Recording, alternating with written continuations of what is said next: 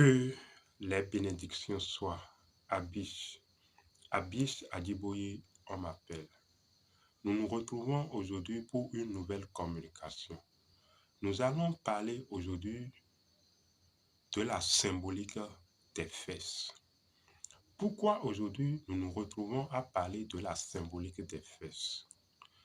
Nous nous retrouvons à parler de la symbolique des fesses parce que les fesses font partie de notre environnement. Quand une chose fait partie de notre environnement, c'est forcément que la chose agit sans cesse sur nous. Si une chose fait partie de notre quotidien, c'est forcément que la chose agit sans cesse sur nous. Il faut donc aller à la connaissance véritable de la chose. Parce que seule la connaissance véritable, authentique d'une chose nous permet de cerner les agissements de la chose et nous amène à être plus concernés, donc plus conscients de la chose. C'est donc pourquoi nous abordons la symbolique des fesses aujourd'hui. Les fesses représentent l'assise. Les fesses indiquent le siège. En tant que tel, les fesses parlent de notre trône. Les fesses parlant de notre trône indiquent alors notre fondement, le fondement de notre pouvoir. Vous voyez, en tant que fondement de notre pouvoir, vous ne pouvez rien faire dans ce monde alors sans connaître le fondement, les aspects du fondement de votre pouvoir. L'homme et la femme ont des fesses. Il y a certaines personnes qui ont des fesses en quantité. Nous n'allons pas aborder l'aspect plus ou moins, c'est-à-dire la quantité des fesses.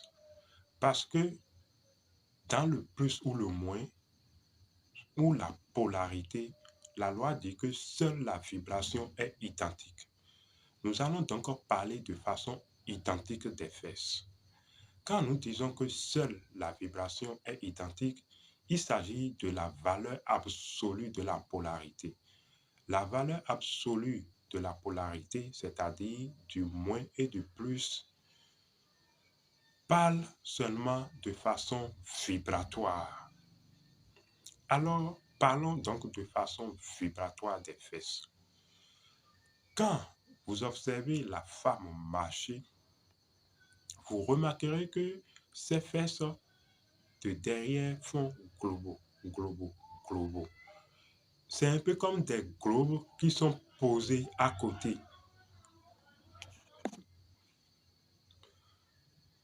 Dans le langage des signes, nous disons que les fesses sont des O dessinés et ces deux O posés l'un à côté de l'autre. Ces deux O sont séparés par une ligne verticale.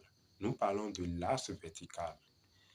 L'axe vertical n'est rien d'autre que notre colonne vertébrale, dont le prolongement est notre queue, notre organe pénien. La femme a également la correspondance de sa queue. Il s'agit de son organe, de son clitoris.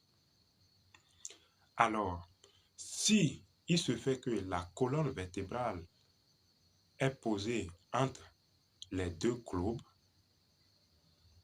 entre les deux os, la colonne vertébrale, nous l'avons dit, n'étant rien d'autre que le serpent dont la queue est notre organe pénien chez l'homme et le clitoris chez la femme.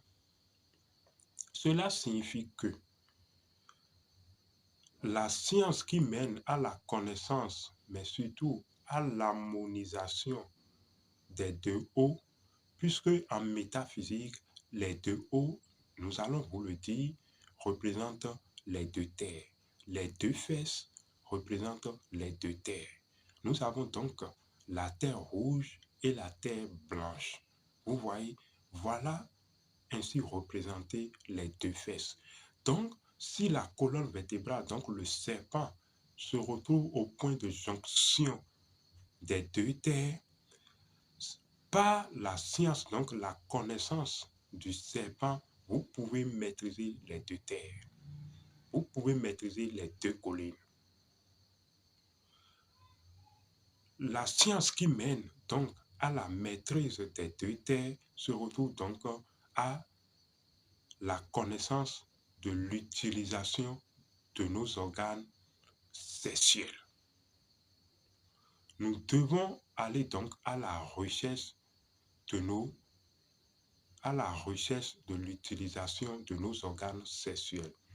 Parce que ne vous étonnez pas, homme ou femme, que vous voyez le pénis de l'un, la poitrine de l'autre, de l'homme, ou les fesses globo de la femme, et que vous vous mettez en érection, ne vous sentez pas mal à l'aise. Quand nous disons les fesses globo, nous ne disons pas que c'est parce que les fesses sont en proportion que ça excite forcément. Nous avons déjà solutionné ce problème. Nous vous avons dit que dans la polarité, seule la vibration est identique. Que vous ayez des fesses moyennes en proportion ou non, la vibration est là. Vous voyez?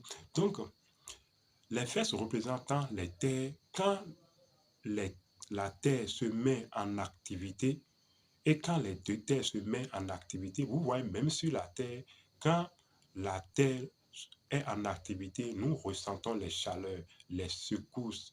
Vous voyez l'énergie de la terre.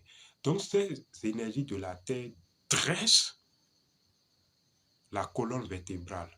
Donc, quand les deux fesses se retrouvent en activité, ça dresse la colonne vertébrale. Et quand ça dresse la colonne vertébrale, au fait, son prolongement, qui se retrouve à être notre organe pénien ou clitoris chez la femme, se dresse également. Donc, ça se met en érection. C'est pourquoi, donc, quand des hommes viennent à voir les fesses font globo, ils deviennent quoi? Ils sont c'est un peu comme si leur attention est figée par ce mouvement des deux terres, des fesses qui font globo. Vous êtes en train de comprendre que vous ne devez aucunement vous sentir gêné par ce fait. Ce qu'il faut, c'est aller à la connaissance de la chose et maîtriser la science qui permet d'harmoniser, voilà, les deux terres. La science qui permet d'unir les deux terres pour l'équilibre d'une seule et même chose. Nous allons revenir sur cette science dans un prochain numéro. Jusque-là, portez-vous bien. C'était Abish Adjiboui.